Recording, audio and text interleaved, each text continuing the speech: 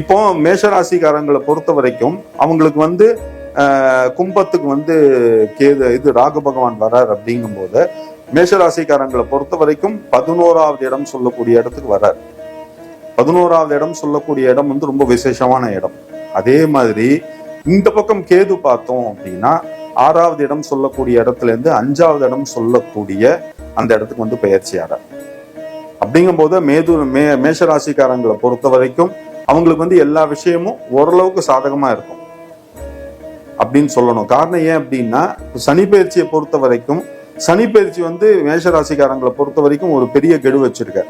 காரணம் ஏன் அப்படின்னா மேஷராசிக்காரங்களை பொறுத்த வரைக்கும் இந்த சனி பயிற்சிங்கிறது பார்த்தோம் அப்படின்னா அவங்கள பொறுத்த வரைக்கும் விரைய சனியா உள்ள வராது.